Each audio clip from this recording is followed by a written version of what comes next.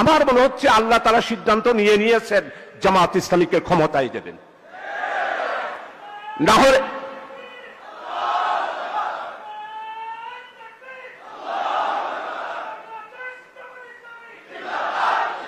প্রিয় ভাই সব জনগণের মাঝে একটা প্রশ্ন, জামাত ইসলামীতে প্রধানমন্ত্রী কে হবে? কেমন তাই না? প্রত্যেক জায়গায় জিজ্ঞাসা করছে না? আপনারা কি জবাব দেন?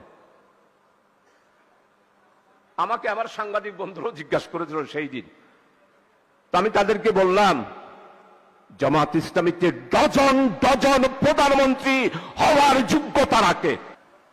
জামাত ইসলামীর জন্য আজকে যে সময় আল্লাহ তাআলা আমাদেরকে দান করেছে, আর ভবিষ্যতে এই রকম সুযোগ আমাদের আসবে না। পার্শ্ববর্তী দেশ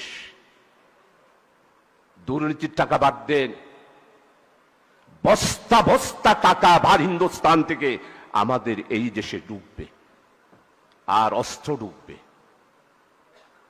আমাদের আমিরি জামাত যদি থাকতো, আমি বলতাম নির্বাচন শুধু জনগণ দিয়ে নয়, প্রশাসনকে অবশ্যই আমাদের, আমি ন্যাশনালি বলবো না, যার যার নির্বাচনী এলাকায় প্রশাসনের যারা আছে তাদের সবাইকে আমাদের আন্ডারে নিয়ে আসতে হবে। আমাদের কথায় উঠবে, আমাদের কথায় বসবে, আমাদের কথায় গ্রেফতার করবে, আমাদের কথায় মামলা হারাবে। আপনাকে যার যার নির্বাচনী এলাকায় প্রাইভেট স্কুলের মাস্টার দাঁড়িপাল্লার কথা বলতে হবে। উচ্চ মাধ্যমিক বিদ্যালয়ের সমস্ত শিক্ষক নুরুল আমিন ভাইয়ের ফটিক শরীফে দাঁড়িপাল্লার কথা বলতে হবে। পুলিশ আপনার পিছনে পিছনে হাঁটতে হবে।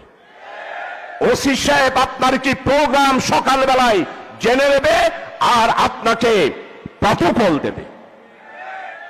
টিএনু সাহেব যা উন্নয়ন এসেছে, সমস্ত উন্নয়নের হিসাব যিনি নবীনী তার থেকে খুঁজে বের করতে হবে।